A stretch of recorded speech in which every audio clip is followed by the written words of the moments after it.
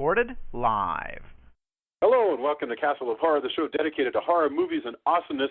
This week we wrap up our retrospective on films that showed us the horror inherent in replacing love with technology, and we're returning to the original story of our Stepford Wives Retrospective with the 2004 remake, The Stepford Wives, directed by Frank Oz. Bear in mind, if you haven't seen today's movie, we're going to be talking about it from the perspective of horror fans who have. So warning, spoilers ahead. From Denver, Colorado, I'm your host, Jason Henderson, author of the upcoming book, The Iron Thane, from Wordfire Press. With me from Austin is Drew Edwards, writer for Rockabilly Online and creator and writer of the long-running comic Halloween Man. Say hello, Drew. Howdy. Howdy. Also in Austin, with a stone's throw from Drew, Jamie Barr is a musician, pin-up model, educator, and the lead vocalist and upright bassist for Austin's premier all-female rock and roll band, Danger Cakes. And you can find out about their latest shows and their album, Quarter Life Crisis, at dangercakes.net. Say hello, Jamie. Hello. Hello and welcome back. And Thank you.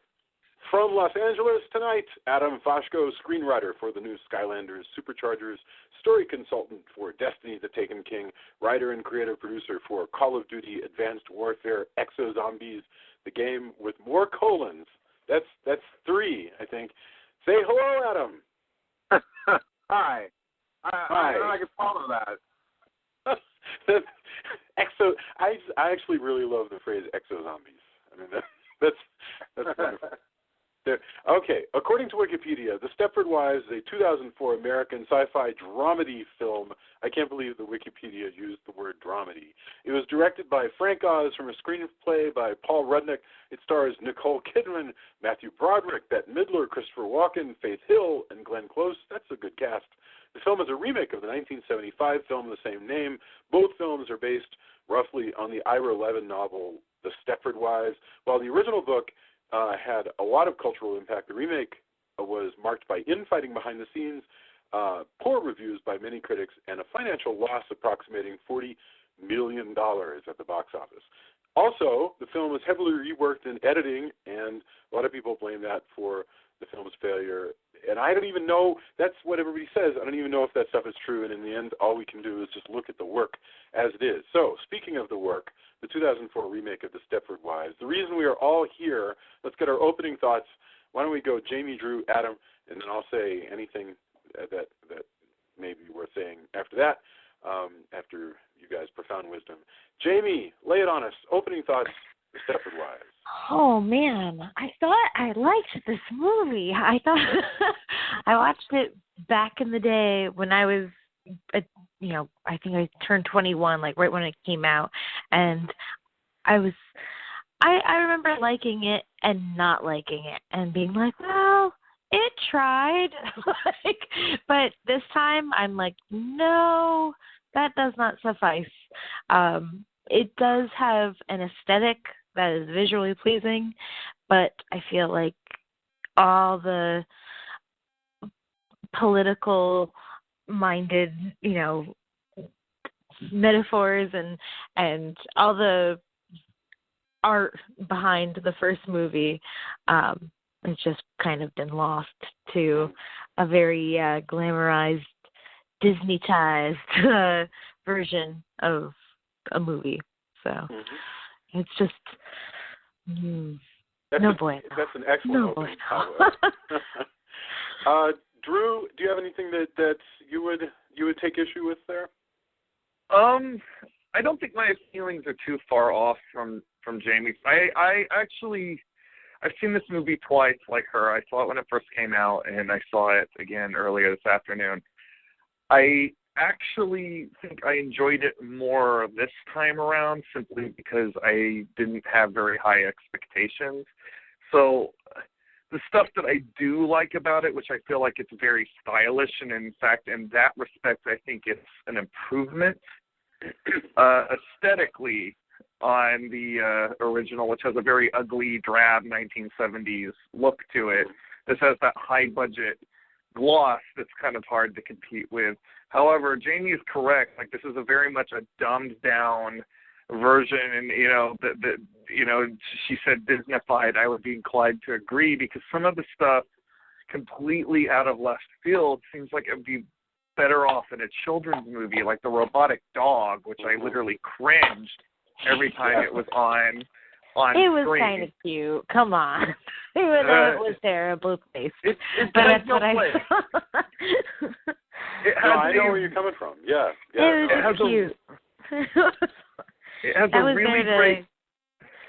keep children. I feel like Drew keeps saying this movie was not intended for children, and I was like, I think this movie was PG-13, wasn't it, or PG? Like, I'm pretty sure it's PG-13, not rated R.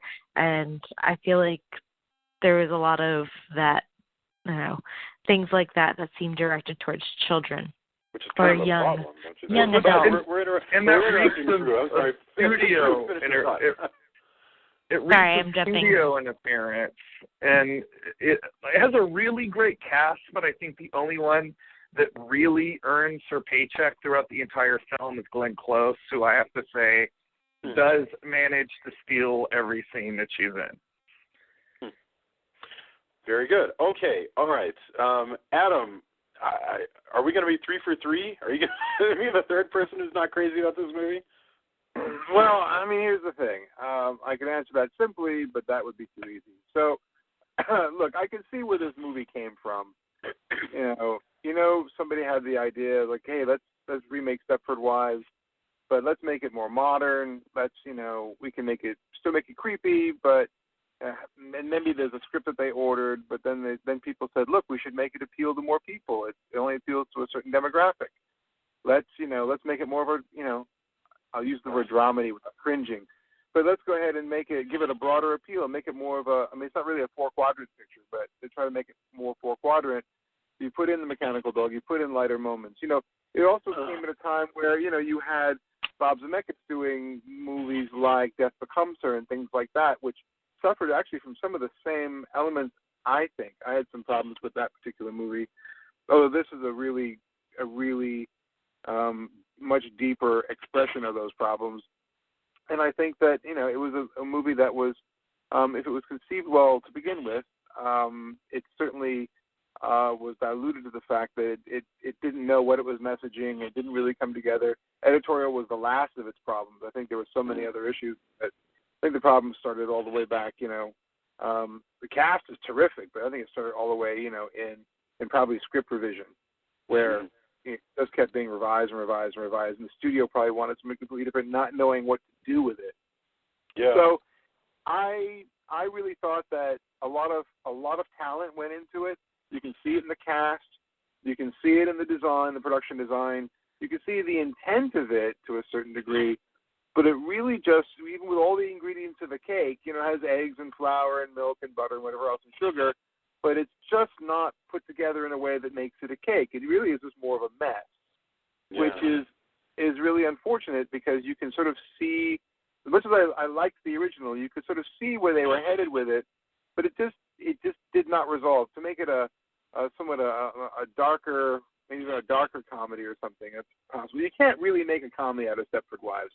And the problem, I think, also is the fact that, it just doesn't get across its message in a way that makes a lot of sense. And it tries to actually message a bunch of different things. There's a lot of sending up of the image of the mores of the 50s and sort of the perfect life, and the sort of postmodern idea and all this stuff, where Stepford Wives, the original, was very clear and direct, and I think delivered its message, very, very strongly. And I think that's why it still endures, and why we can still have a conversation about it so many years later. No one's talking about this particular movie. I'm sorry, Jason. It's a 3 for 3. I give it points for trying. I think that people who probably wanted this to work, and it just didn't. There are parts of it that are interesting, but only just. It just doesn't add up. I thought the beginning was a fun little retrospective. You think it's Jamie, that's 2004. The whole thing where the awards show, the awards show where she's talking about the year to come and all the new TV shows, and that was terrific. It's just like, it is very much like how things work. I remember that time, like, it was Temptation Island was the reality TV show. Right. Yeah. And what this you're is, what do referring they to call it? I Can Do Better is the name of their TV show where they send married couples to, I don't know, an island to live with a few porn stars and escorts and things along those lines. And, you know, they break up a marriage. And then, Can I just point out, the movie starts out, I think you said this, Jamie, like or one of you did it, that it starts out with this really pretty groovy thing where they have all these, like, old industrial films showing off, like, you know, from the 50s, showing just household appliances. All that stuff is groovy. And watching that, you kind of feel like maybe you're in for something really special. And then nothing that clever ever happens. That's the last time that the movie seems to know what it's about. That's the best part of the editing for the whole movie. Yeah, that part and the very end, the Christopher Walken video where he's in, like, showing how it happens. Yeah. The transformation. I would love. Adam was talking about the scripting problems here. I would have loved to see the first draft. Yeah, no kidding. Yeah, I agree. Because I can't even put my finger on where exactly this movie goes off track. I can kind of get a feel for it, you know, when it starts to go wrong when you're watching it, but I don't really understand exactly where all the bad stitching happened. I think what really depresses me about this film, just to give like a very brief opening thoughts, is it is possible to make Stepford Wives into a comedy, but I don't know what the hell this comedy is about. It's certainly not a dramedy. That's bullshit. This is not. No. There's nothing dramatic about this. Is a comedy. The comedy is very broad. It has no particular point of view. So it's not really saying, it's not, the movie kind of starts out by saying, look how feminism is out of control. And then it starts saying, look how men will try to take advantage of women and beat them down. And that was sort of the theory of the original. But then it's like, no, it doesn't have the courage to go full on horror, you know, where the person you think you can trust, it turns out, is your enemy. That was a very clear thesis of the original. And if this movie would just stick with that, which is the horrible notion that this person that you pledge to spend your life with is actually going to murder you because you don't meet his expectations, that's a good story. This makes no sense at all. I don't understand what the hell is going on in this movie. So, to get back to the beginning, yes, Jamie, Temptation Island, 2001, it was fresh in the mind. I know it, of these guys when they're writing this, and this is their way of showing that Nicole Kidman deserves to be sent out to pasture because she's this castrate. I think somebody calls her like a castrating bitch. You know, she's she actually looks like a Nazi. And that's it. I have to say though, there's there's a few lines here and there in this movie that's why I feel like, you know, I think this movie gets like a 2.5, 3 stars out of 5 from most people rating wise, and I was like, okay, I can see why. There's a couple one-liners that, like, you know, he's saying that to her about, like, you know, like, oh, everyone's like, how long since did you want to be I don't want to screw up the line, but you've been a castrate, you know, and she just says, like, and she's already upset and she's hysterical, but then she just realized, like, she says, all my life, like, that's all I wanted to be. Right. Yeah. And I just, that was a great line, whatever it was, apparently, that I just mangled. Look, you know, remember the original 1975 movie, Joanna barely has any career at all. She's trying to make it as a photographer while she carries on all of these responsibilities. And the movie is saying the more we force women to do these responsibilities, the more we tamp down their possible career opportunities and so forth. In this movie, the men have lost that battle, and she's like the most powerful. And there's even a monologue in the back that sounds really great, where Matthew Broderick is like, you guys are faster and you're stronger and you're sexier and you're smarter and you can have better careers. You know, there's no way to win evenly. At least in Matthew Broderick's perception, there's no way to evenly win a match between the men of today and the women of today, which is why murder is in the offing. And except it's not murder. Okay, yeah. So let's get to that. Well, we will get to that.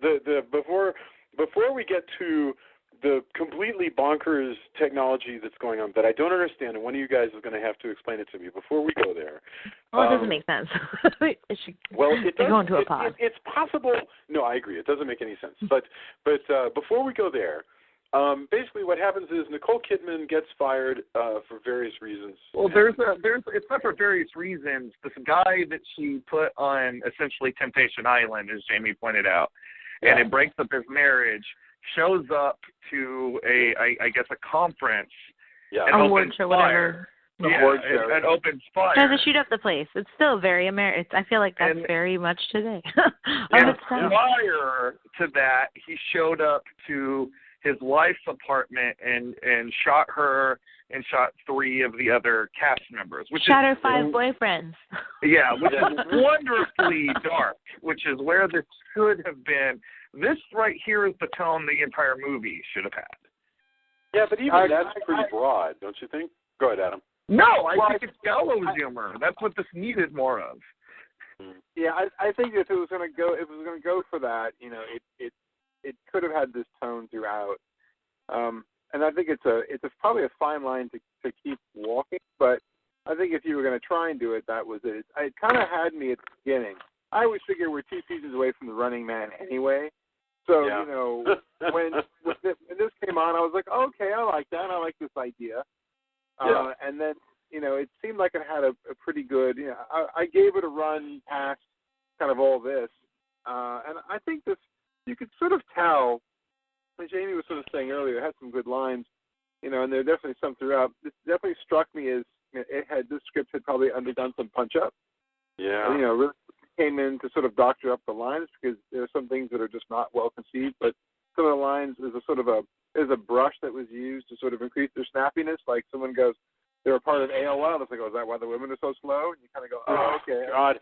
Yeah. The fucking setups and payoffs just there's this weird sitcom-y thing going on throughout. So a movie a scene will have a kind of rhythm, and then there will be this stupid setup and payoff. They keep getting Nicole Kidman, a fine actress, just the worst lines. Jesus, it's the whole thing. But I'll tell you, you've got those schmaltzy lines, and then you've got what Drew's talking about, which is sort of like this gallows humor. It's sort of a setup that kind of gives it a particular perspective and kind of an attitude. You go, okay, I could probably go along with this. Let's just see how this is. It was already a complicated subject to really sort of, add humor to and kind of see how it plays out.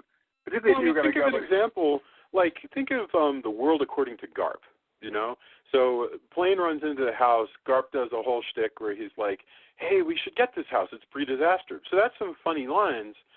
But somehow the tone is just perfect that bizarre stuff is happening, and yet you are so caught up in the bizarre tragedy of this person you're watching that you can believe it. Whenever Nicole Kidman is forced to read lines like suddenly, they're all in critical, and she goes, Tankiro, and there's like a joke that, where she's worried about the model. Suddenly, this isn't a real human we're dealing with, and instead I'm watching somebody read sitcom lines, and it just really bothers me. It makes me. A big problem with this movie, and this is something Jamie and I discussed almost all day after watching this, is that these characters versus the original, which, even the husband, who is, a terrible person in the end, feels like a lived-in, multi-dimensional character. Yes. All of these characters are cardboard cutouts. None of them are fully realized human beings. They are, in fact, robots from the get-go. Okay, well, in fact, as soon as they move to the town, there's this point where, I feel like Joanna's like the least robotic, but she starts acting inconsistent with herself. There's a point before, so when they move to the town and they realize that the town is populated by perfect Barbie women and then a few awesome people, and we'll talk about Bobby in a sec. Anyway, there's a point where Nicole Kidman all of a sudden decides, I'm going to start trying to get along with my husband and so forth, and so she starts making cupcakes. But it's so weird that she's making cupcakes that I was tempted to think that maybe somehow, is this what's going on? Is she already under the spell or under some kind of, is she already undergoing a transformation when that happens? Or is the script just not sure where it's going? I think it was supposed to be comedic that she was obsessively making cupcakes. Yeah. I think that's what it was supposed to be, because it's like she doesn't just make like a batch; she's making like several. Not to mention, how the hell is she? If this woman never bakes, her house came already fabricated with, like 25 muffin tins. Like there were like all these muffins. Oh, you're right. No, that bothered me. That bothered me. I got too far ahead. So they get into this town. By the way, this is what Hollywood now thinks Stepford would be. So Stepford in '75 was a beautiful little Connecticut village with big houses. This Stepford is a gated community. So now the upper middle class are living behind walls, which I guess it's fair enough to say. And these houses are absurd. I mean, there's no effing way. And even that's a newly TV network executive, and they totally I don't remember what he did. They're both TV execs. I can actually totally buy that two TV execs can afford this. They could afford it, but I mean the critical differences were Stepford, the 1970s, goes back to, we'll say, a simpler time when things were right or whatever. The whole sort of small town. This is basically, this talks more about technology and how it makes our lives better. Look, your house is huge. Look, it talks to the toilet. Look, it does all this stuff. Yeah. That was gross. It makes your life better.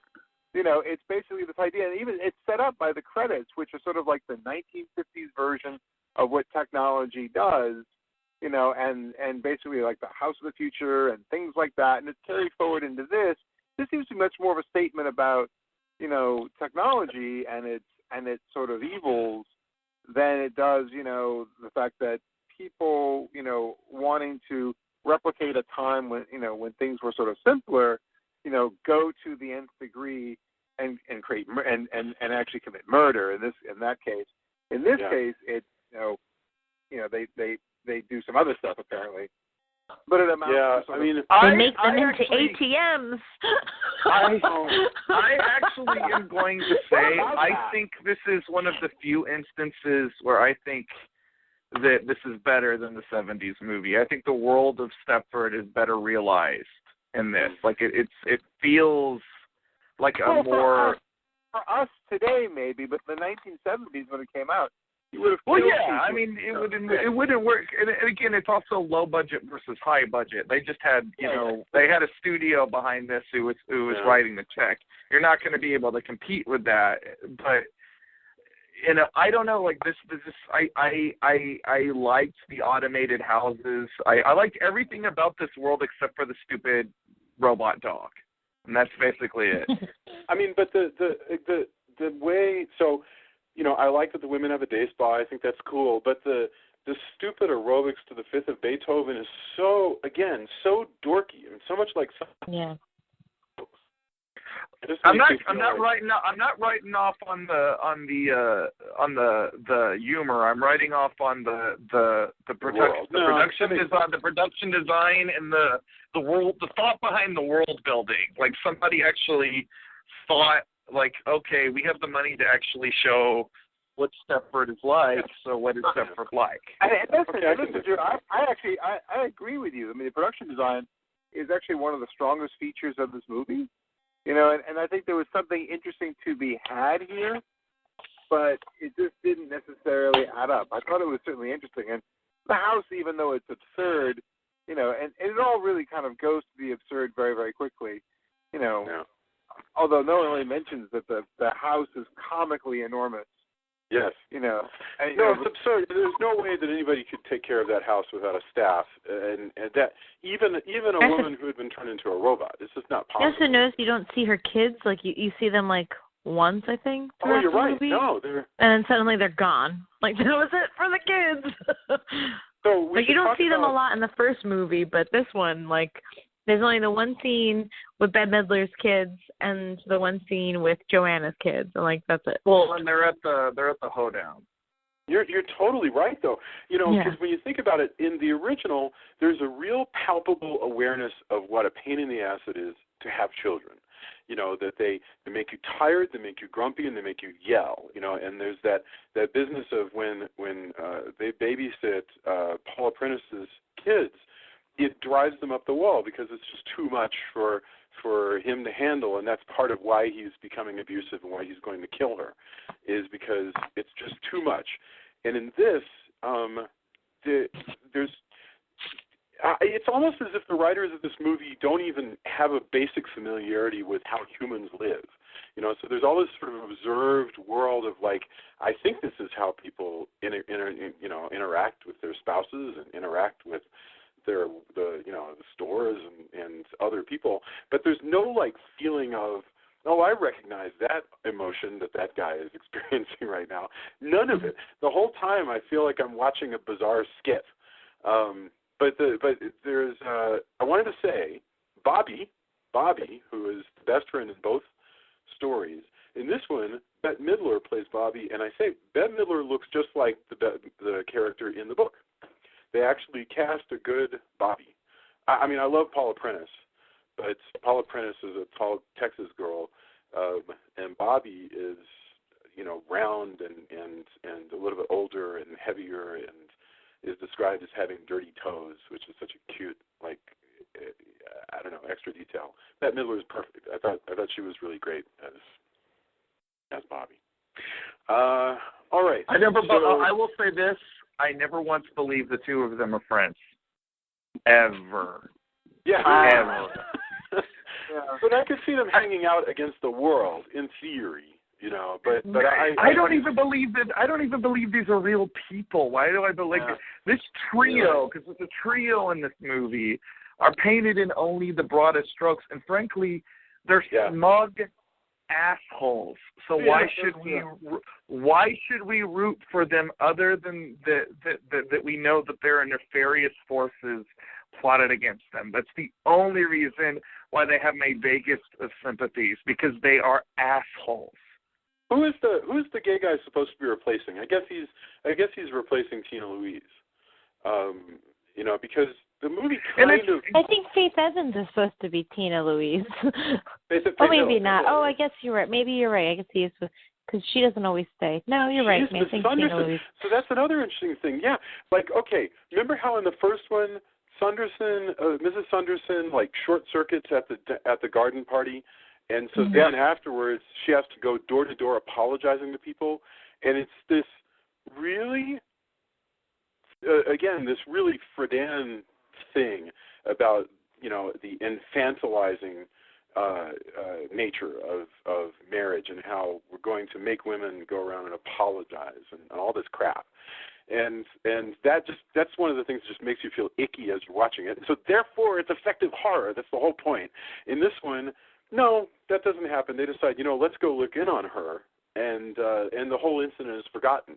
It's like they've looked at the original movie, but they have no awareness at all about what exactly any given thing in the original movie is there for. Well, the best example of that, I do want to go back to the gay character because I want to talk about that for a second. Okay, but please, yeah. The best example of what you're talking about, them taking something from the original movie and just destroying it with this broad comedy, is the part where they walk in on the couple having sex, Faith Hill, and it starts out more or less being the same scene, but then one of the characters finds the Stepford Wives remote, and she walks down, and of course there's a button that makes her breasts balloon up, and it's just a ridiculous slapstick farce.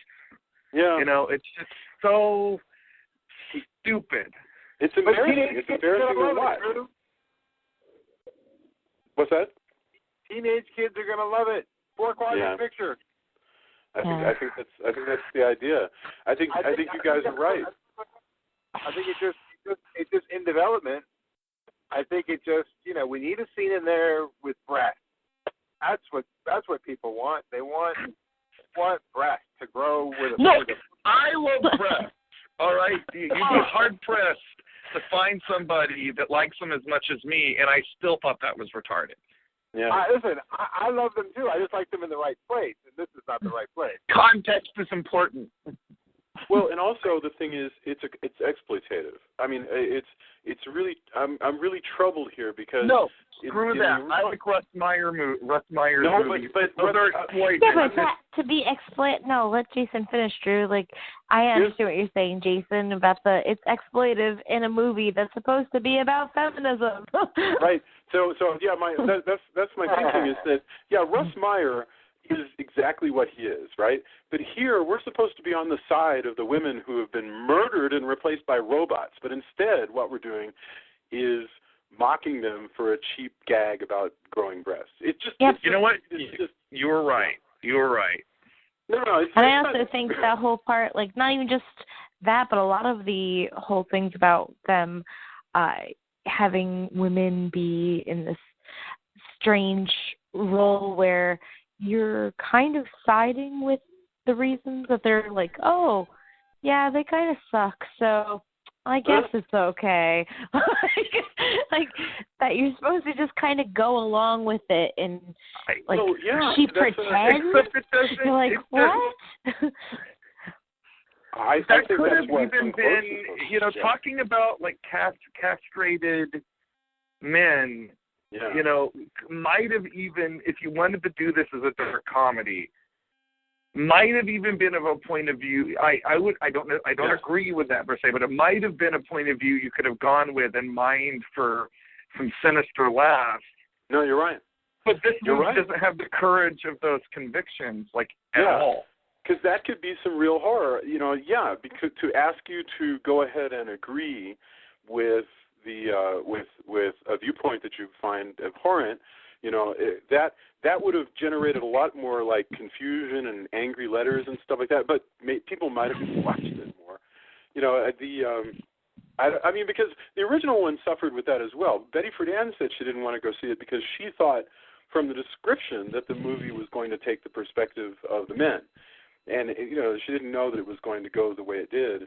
But this one doesn't really take any perspective at all. And they go to such lengths to make Nicole Kidman into a horrible person at the beginning that it's almost as though you're being asked to see her go through this transformation. It's like he's trying to send her to Betty Ford or something. She needs rehab.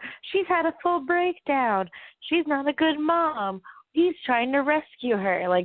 He doesn't know any better, and he's just trying to be a good dad. It's Matthew Broderick. He's likable, Exactly. Yeah, in the end, we're programmed already by years and years of watching movies that we're going to like Matthew Broderick more than Nicole Kidman anyway. And so we're thinking, he's probably got our best interests at heart. It's weird. It feels very strange. I want to get to the technology that's going on. So I would actually like to talk about the inclusion of a gay couple in this. Oh yeah. Talk about that. I'm sorry. I think that is very I skipped over you. Yeah, please go ahead. I think that is one of the few innovations in this movie that actually was potentially interesting. The talk about where we were as a country and what coupling is, at this point in history, and then you have they just kind of reduce. It's funny they talk about stereotyping, but they do really, unfortunately, reduce these two men to being. You have a log cabin Republican and, a extremely broad gay stereotype. And I right on them for trying to go there, I guess. But what is everybody else's reaction to the inclusion? Listen, I got to tell you, I give you points for bringing that up. I think on the one hand, it's great they went there and they included a gay couple, but honestly, I think that was just purely a function of their desire to actually become more of a picture and appear modern, and they didn't push it all the way. It really came off as something more than pandering. It was just sort of a modernization. I don't think it was an earnest attempt to sort of bring it forward into sort of modernity. I think it really was just it wasn't inclusionary. I think it really was just an effort to kind of go, oh look, we put in a gay couple. Yeah. Very hip. Yeah. Is that how everybody else feels about it as well? Yep. I mean, I could have liked. I mean, the look. I don't have. This is not one of the things I have a huge problem with. So I guess it is cool. I think you're right. It is cool to have a gay couple, but you know. But everybody's like a caricature in this. I mean, everyone. Yeah, that was really. So it doesn't was really. It was really fleshed out. I was wondering, and I didn't have a gay person around to ask about this, but I was like, how do you dig the level of broad stereotyping going on here with this guy with his, no joke, a lavender sweater wrapped around his shoulder all the time, you know, or is this just comedy? Is this just like, is this just you know, my older brother is gay. I don't know if he's ever seen this movie. He likes bad movies, so it's like in an amused sort of way, so he might have, but you know, I'll have to remember to ask him how he feels about this film. I'm curious. I mean, yeah. Because you know, look, what do I know? All right, I don't know what somebody would actually be offended by, or what they would think is. Well, I mean, in some ways, like you know, they do at times try to go for like a gay sensibility with like a very camp, you know, almost borderline John Waters kind of vibe. But I mean, they never like everything. Well, it is Frank Oz. I mean, that's the thing. Like, that's when you said that to me, I was like, oh, Frank Oz. Like, Little Shop of Horrors is one of my favorite movies of all time. No, like, good point. It's in my top 5. Like, and it's, you know, very stylistic. And that's why I feel like this movie has that's the aesthetics. You know, the style is awesome, but it's all style and nothing else. But it is, you know, again, the closest thing to ever finding a vibe and following it that this movie has is when they have that threesome, those 3 characters sleuthing around. That's that, you know, when it was the 2 characters in the original, that's the most fun that the movie ever has, and it's also the place where this movie seems to find its rhythm for a little while, very briefly, you know, and then you know, all of that falls apart because they follow the plot. I never like these characters. I have to say, like, I don't buy that they're friends. I don't buy that they're even people. Yeah. And like, I don't care. Like, thing. Yeah.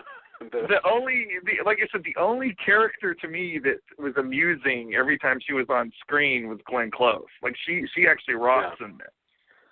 Well, and her story, to jump in, you know, to do a little spoiling, the fact that Glenn Close ultimately, do you think we shouldn't? Do you think we should like? No, like... I think we probably should, and also tie in the fact again about messaging. You know, apart from this being a major twist, which is going to come up, what does this really say about feminism, or what, you know, the basic premise of what is what we think the movie is about, and then what do we really believe the movie is about after that, knowing what we know at the end of it. You know, I think that's worth probably discussing, because then you're just scratching your head going, I basically what? Yeah. So okay. In fact, before we talk about why she does it, Adam, can you explain what you think is happening to the women of Stepford? And I can think of a couple ways around it, but you know, is this like the original? In terms of the technology? No. Yeah, the technology. What's literally happening? If I'm a wife in Stepford, what happens to me? I think, all right, so I think whereas, you know, the first ones are basically being replaced and murdered, you know, if I understand this right, it sounds like they are kind of locked up, replicant bodies are made, their minds are being transferred to those bodies, and then their bodies are somehow then changed. Is that right? Maybe it seems to me that they have nanites. They have nanites in their brain, and they appear to be very strong. And as Jamie pointed out, they are also human ATMs. So I'm saying they're cyborgs. I think that their original body is dumped or frozen somewhere, and I take your brain and I lift it out and I plug it into the most rock solid, perfect $6 million man body ever made. Mechanically or electronically? I guess the question is it a transference? I think it's mechanically. It seems to me, since all these women go pee when you zap them, I think their human brain is stuck into a synthetic body. Well, that's sort of how I read the original anyway. But this one's even more confusing because, like, they turn on the husband. Like, this is something that you can deactivate. And at the end of the movie, the gay guy and Bobby are more or less back to normal. Yeah. So, like, you know, if you're in suddenly, but again, they do appear to be very strong because they just crush those remote controls like they're. I mean, like I'm a big strong man, and I even like if you were to put a remote control in my hand, like I don't think I could crush it like that. No, I don't remote control. So, it's an interesting question. Let's bring to the question. So, if you can turn it off, so let's just say technology exists. So you can take a person, and instead of going through the unpleasant pod people sort of aspect of things, you're able to sort of take the brain, either in terms of its impulses or in terms of the actual brain, and you put it into particularly a body. You've got the Colossus of New York, for lack of a better word, and you basically have a human brain inside of an incredibly strong and durable. Right, the Colossus. Nice callback. Thank you. Incredibly sort of attractive, physical shell that probably won't age or whatever else. Apart from the fact that you take away its sort of natural personality and will, which apparently you can reverse, what does that do to a person now? Is that person still sort of considered human? And is that, if we believe as a culture or as a race that at some point in the future, one of the ways that we might be aging and sort of dying of natural causes is by constantly body parts or ultimately replacing our bodies altogether. How is that different than what's happening in Stepford, minus the sort of eliminating or the switching off of the personality and making them subservient? Is that a bad thing? Is this a bad thing? No, I mean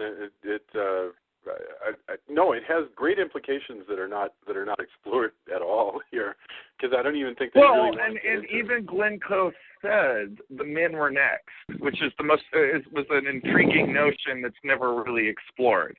Yeah. She was going to change the entire town.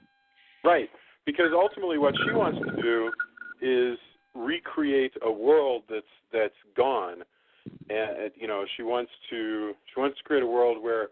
I mean, it's the Archie Bunker thing, right? Where it's the mad science. I thought she wants to be it's mad science suddenly. Yeah. It goes from being about, like, feminism and wanting to control women and, be dominant to, like, I want everyone to be nice and everybody will have puppies and we will drink tea together and have dances and everything will be glorious. Like, that's how she is. Well, Diz in the original, because she's essentially a replacement for Diz. I mean, we think Christopher Walken is the Diz replacement, but it's actually Glenn Close. Yeah, with his amazing helmet of hair. The walking bot. It's completely. Diz is a mad scientist, but she's definitely more of a classic. Like, Diz never is like cackling crazy mad. Like he's like very stone cold, evil. Whereas like Glenn Close is very much your classic. Mad scientist, like she's raving and very, over the top. And I think she's great. Like I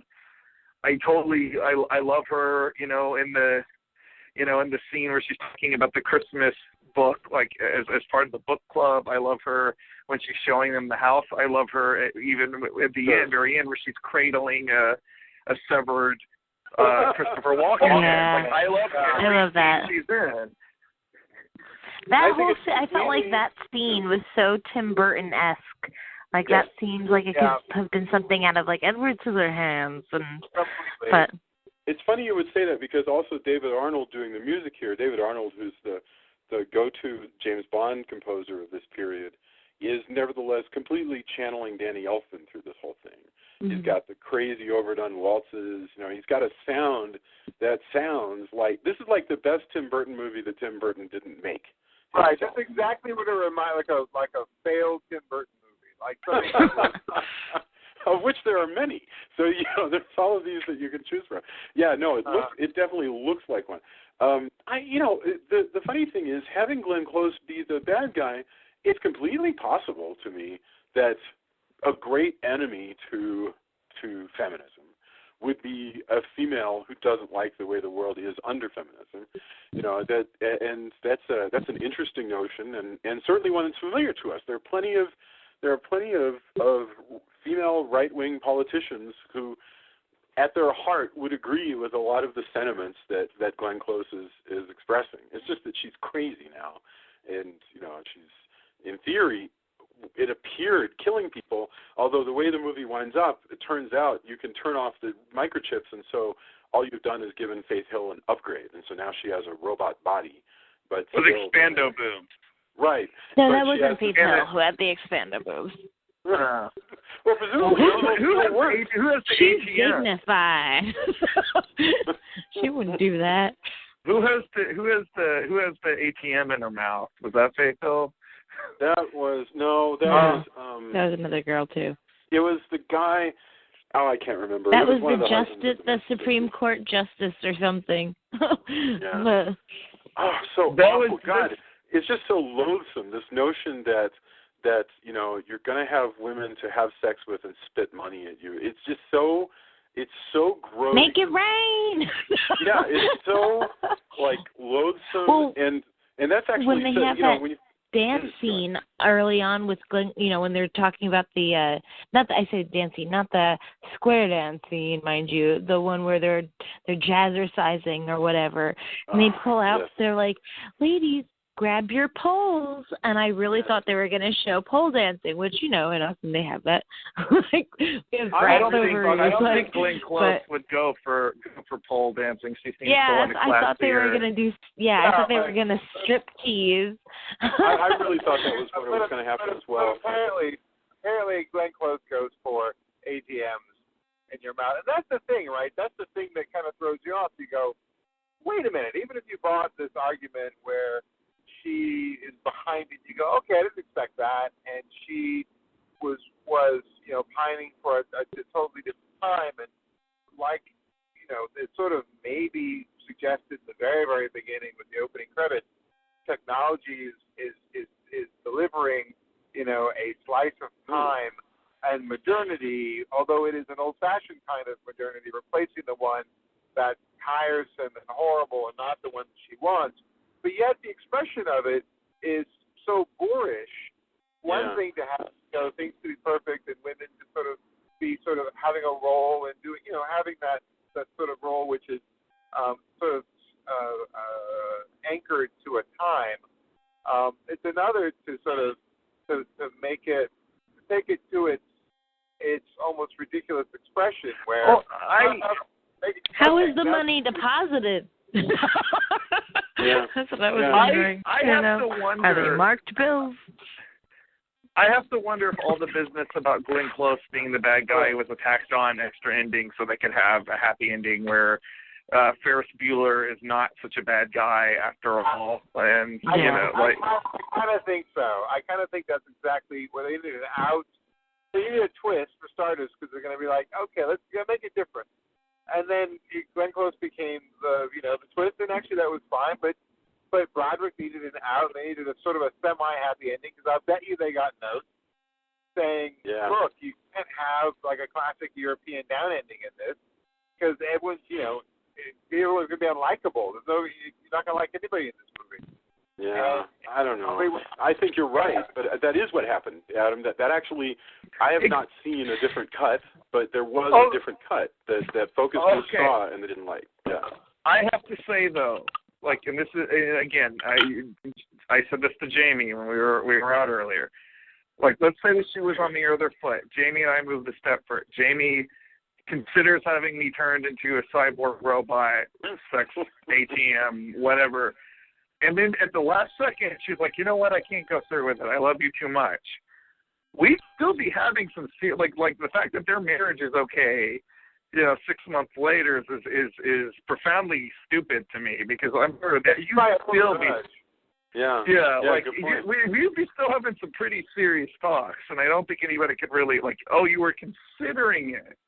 Yeah, you were still considering it. That's why the horror is so much more satisfying in the original. This one, that you realize that the world is not the way you conceived it to have been, and and in fact, the people you trust the most are out to kill you. Adam's exactly right. That is what happened. There was a bad ending. The focus group saw it. They didn't like it. They said, we want a happy ending. And so then here comes the rewrite. And the last quarter of this film makes no sense at all. But I would have been perfectly happy with a bummer ending, I think. And I don't even believe the argument that nobody would go. I kind of feel like we're in a moment now where you can have sad endings and people will go to see it. But this movie is over a decade old, so I don't know if this was only a few years after 9/11. People were really into happy endings, right? Maybe you're right. Maybe that's a good point. I don't know. This movie already actually looks pretty dated in a lot of respects. Like it's even though it's only a little over a decade old, it already seems very much like of a slightly different, a Bush era and sensibility. Like I don't think it fully seems like it's of our time. I agree. Actually, I put it with in the same time category. At least it feels as Death Becomes Her. Yeah, no, that's true. It does have a similarity with Death Becomes Her. Death Becomes Her, though, is so much more of just a crazy Tex Avery cartoon of a movie. Well, I thought the movie. I feel like Death Becomes Her is it's ridiculous, but it's still a good movie. It is a good movie. Oh, I like Death Becomes Her. But this one, I don't know. It just feels like there's so many changes that we're looking at on the screen. I think I have a feeling, and then it just makes the film in the end feel kind of choppy. Well, the argument. Sorry, Jamie. I was gonna say, I feel like they also ruined a lot of scenes from the original movie, like the grocery scene and the party scene. Yeah. Those were just destroyed. Why bother having the grocery scene if it's not the ending? That's exactly. What's weird is it literally happens, and then they're like, oh, wait, no, we got more. And then they have a different grocery scene with all the husbands that are imprisoned, but let's face it, those guys would all be going up the river for a long it's so time. stupid. Again, we're back into Two Broke Girls territory. This is just, now we're back to a straight up gag. The argument about Glenn Close's character is that she murdered her husband and her lover.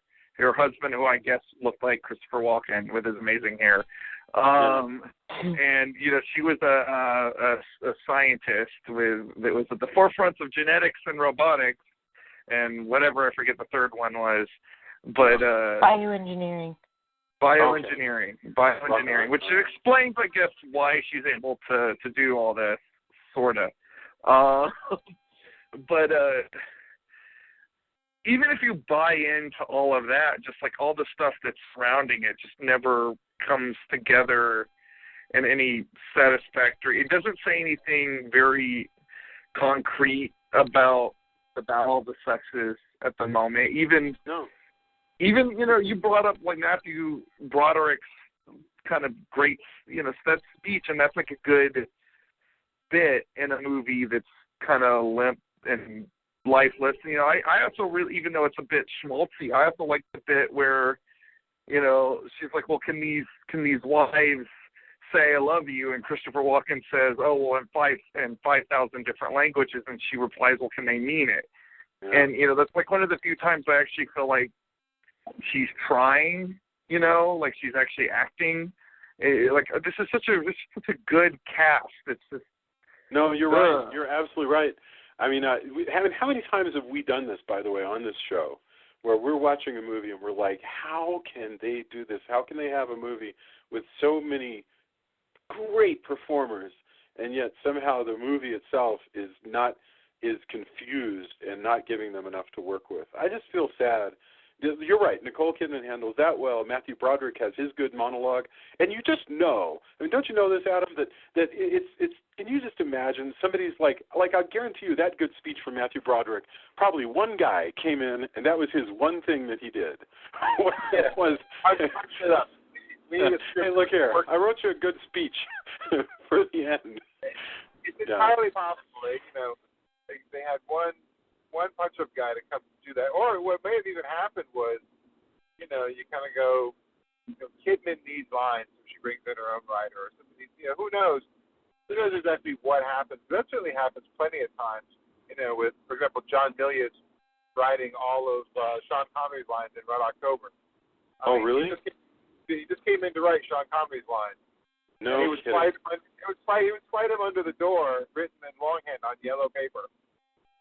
Wow. And all those great lines that Sean Connery had, basically John Milius wrote.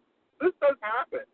It's a funny thing that happens, but it just seems like Frank Oz is not just a competent director; he's a good director. He's done some good stuff, great stuff even, and he actually knows comedy, and he's good. He's good. But this just got away, I think, from everybody. It's one of those things that may have just been overdeveloped by so many different people within the studio. Yeah. That it just got away from them. That's even what he says in an interview. Frank Oz was interviewed by Nicole, and he said, I think this is his direct quote. He goes, I fucked that up. He goes, there are sometimes you just kind of feel, I don't really know where this is going. I'm not sure what this means. And so even he was like, this is beyond my control. They were afraid of the risk. He says they were spending huge amounts of money, probably mostly on staff. But I mean, they're afraid of the risk, and so they're constantly making every choice to try to avoid driving people away. And so what you're left with is this weird thing. So we should probably get our final thoughts on this weird thing, and then move on to endorsements. And you know what? It just occurred to me that if we wanted to have a movie that was just as perplexing, we could watch something like League of Extraordinary Gentlemen or something, which also comes from a fantastic source material, has a great cast, and just literally when you're looking at it, you're going, what the hell? And what's funny about that is they actually took that picture away from the director, wasn't it? Not. I have no memory of who did it. I've no memory. It's the same guy that did Blade, and I'm blanking on his name. But what's really interesting is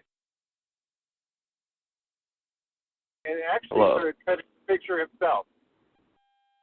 I lost you there for a second. I'm sorry. Say that again. Oh, sorry. He actually, apparently this actually turned into a fist fight between Connery and the director. And Connery took over.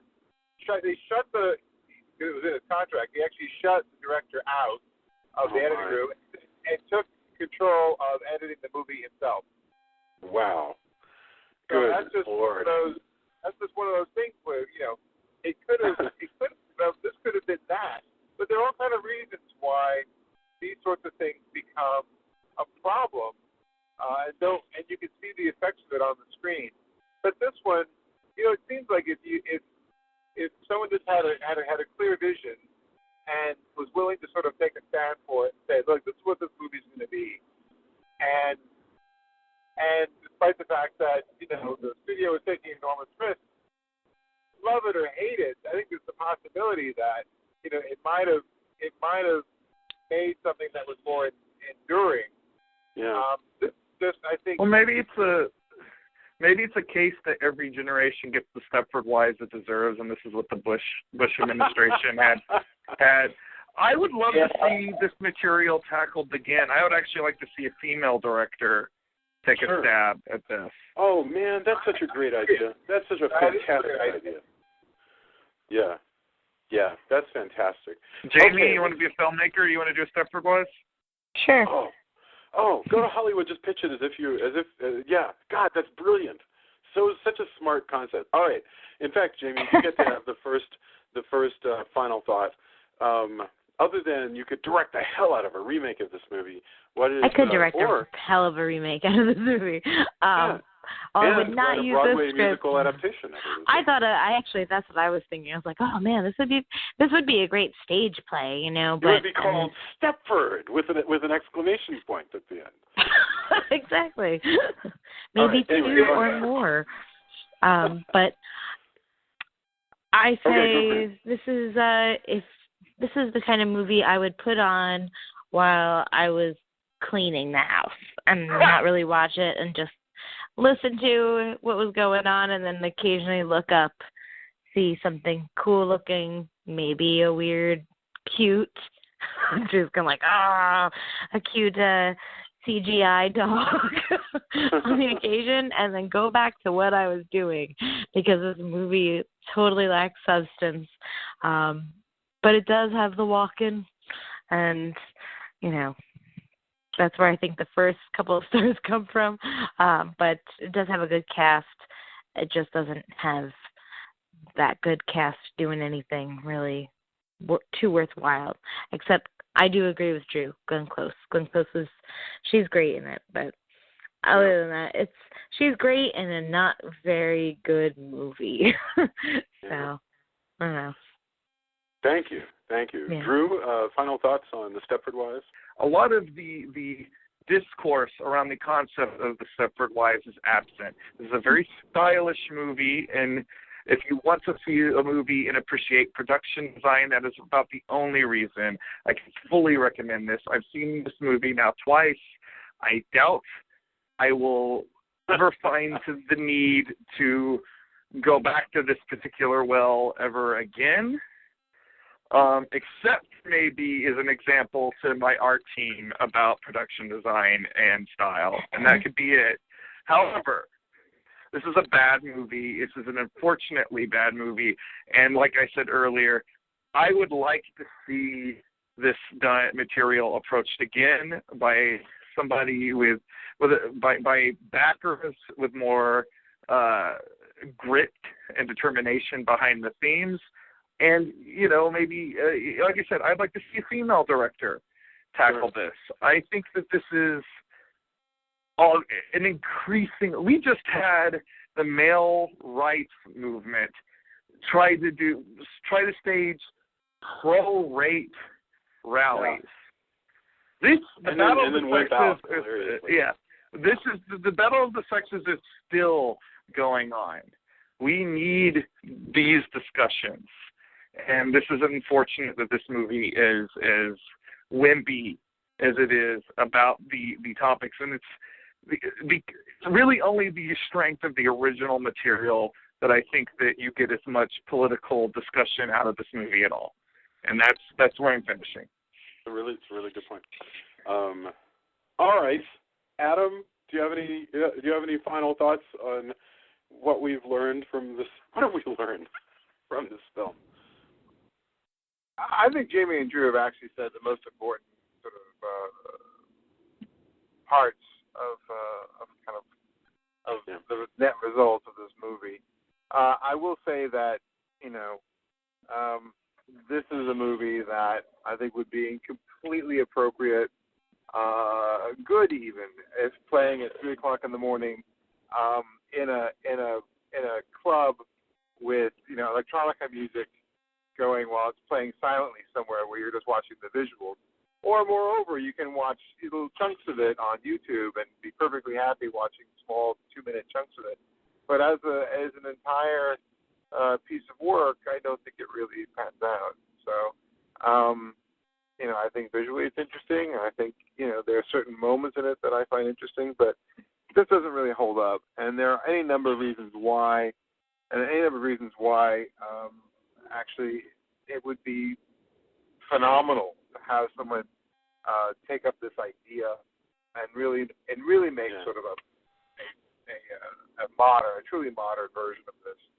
And Drew's right. You know, this is a time where we're still having these discussions, and there's an opportunity to use this form, this media form, this art form, as a way of kind of getting a message out or open to broaden the discussion.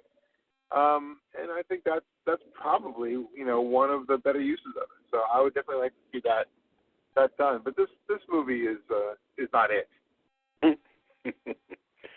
Very cool. No, I agree completely with everything you said, especially the need to do something. And Jamie, if you can figure out how to at least make a musical version of this, I think it would just be an instant hit. So I have nothing else to add. You guys have already met every requirement I could possibly think of. So let's go over to endorsements. We started with Jamie, right? Jamie, do you have anything that you'd like to share with us? I guess, first of all, your endorsement would be everybody go read what Gloria Steinem said so that you can understand yeah. understand the background of that whole conversation. What you got going on? I've been all about Nurse Jackie, which it's I don't know what to call it. I guess it's a miniseries, kind of like a I don't know, I guess a dramedy of sorts. I hate that word, but it's it's definitely interesting, and I feel like it's a very honest and graphic way of showing the decline of someone who becomes a drug addict, and in their actual daily life. It's a I don't know. It's Dee Falco is in it, and she is great, and she plays Nurse Jackie, and she is an ER trauma nurse, and who starts off just she hurt her back, and it's something that happens constantly with nurses in the field, and eventually her life kind of spirals out of control, and but yeah, it's I've been kind of watching it in my spare time, and it's a pretty good show. It's pretty, and you like her, and then there's points where you're like, oh gosh, she's a terrible person, but it's I don't know. I feel like it's very real. That's fantastic. So. Thank you, Mr. Drew. Anything to endorse this week? Oh, I have gobs of things. Good. I'll let you take mine because I actually was in the middle of something, but I don't have anything straight up to endorse this week. Well, I want to start out. I read the fourth book in the Anno Dracula series recently, Johnny Alucard, and honestly, a lot of what we are discussing tonight about the behind the scenes world of filmmaking is satirized in that and given a vampire gloss. And it starts out during World War II in Transylvania. It goes into the alternate 1970s filming of the Coppola Dracula, although this would be Coppola back in the Godfather period. His filming of a version of Dracula. It then follows into Andy Warhol's New York and enters into Hollywood. And all this time, we have the reemergence of Count Dracula, who was killed off in the last book. And honestly, there's more of Dracula in this particular novel than all the first three novels put together. And Newman really, you can tell his critical background in this movie because he really comments on Dracula as a pop cultural figure and how the films and media of Dracula sort of keep this character truly eternal. Only in this case, it's literal rather than metaphorical, and it was just a really good read. It's not quite as good as the other ones. There's the extended sort of bite into Buffy the Vampire Slayer is never quite as funny as Newman intended, but it does have some very, very, very inspired touches, such as the Sawyer family from the Texas Chainsaw Massacre being reduced to being the Beverly Hillbillies. Huh. Wow. I highly, highly, highly recommend it. And honestly, you wouldn't even have had to have read the first three to follow this one, because it kind of sets up everything almost brand new for wherever they go from here. I also want to point out, selfishly, this is my selfish endorsement, Round Rock Tavern this Saturday. You should come out if you're in the Austin area, especially those of you in North Austin looking for something to do. I put together a show. We're going to have the Arctones from New York. Danger Cakes, Jamie's band, is going to be playing. There's also going to be the Missy Fits, which is an all-female doo-wop Misfits cover band, and Tori Famous, which does punk rock covers of Tori Amos songs. It's going to be a really, really fun show, and it's completely free and for 21 and up, and that's at Round Rock Tavern in, of course, Round Rock, Texas. Wow, that's fantastic. Finally, I'm gonna say this again. I'm endorsing my wife, who is an amazing, the strongest woman I have ever met, and again does so much more for her community than I think that she is often given credit for. And I considering some of the stuff that we talked about through when we talked about the original and this, I just have to say, Jamie is a brilliant, amazing woman, and I just want to say that on air. No, it's great. It's been great having you in the cast. Yeah. Oh, thanks. No, it's been wonderful to have multiple voices and yeah, especially for a couple times we had you enjoy it together, which was kind of fun because we could just sort of sit back and let you rule us. So that was awesome. Sit back and let the women do all the work, Jason? Is that what you're saying? No, precisely. Completely unreconstructed am I. We'll just carry the whole show. Fine. I just wanted to mention Kim Newman. I've read that Coppola Dracula short story somewhere else, and I'm just racking my brain to figure out where it was. Well, he's expanded that into a whole novel, much the way the original Dracula started out as a short story called Red Rain. Interesting. All right. Well, sweet. That's awesome. And I will figure it out. And if I figure out where the original short story turned up, I'll post it. On the Facebook page. I have actually nothing to endorse this week. I've been so wrapped up in getting some stuff written that I haven't even had a chance to absorb anything except, of course, for the X-Files, which we talked about last week. Adam, what about you? Do you have anything to endorse for us this week? Adam? We may have lost. He endorses silence.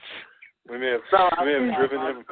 I got you now. Okay. No, I got and I am endorsing silence.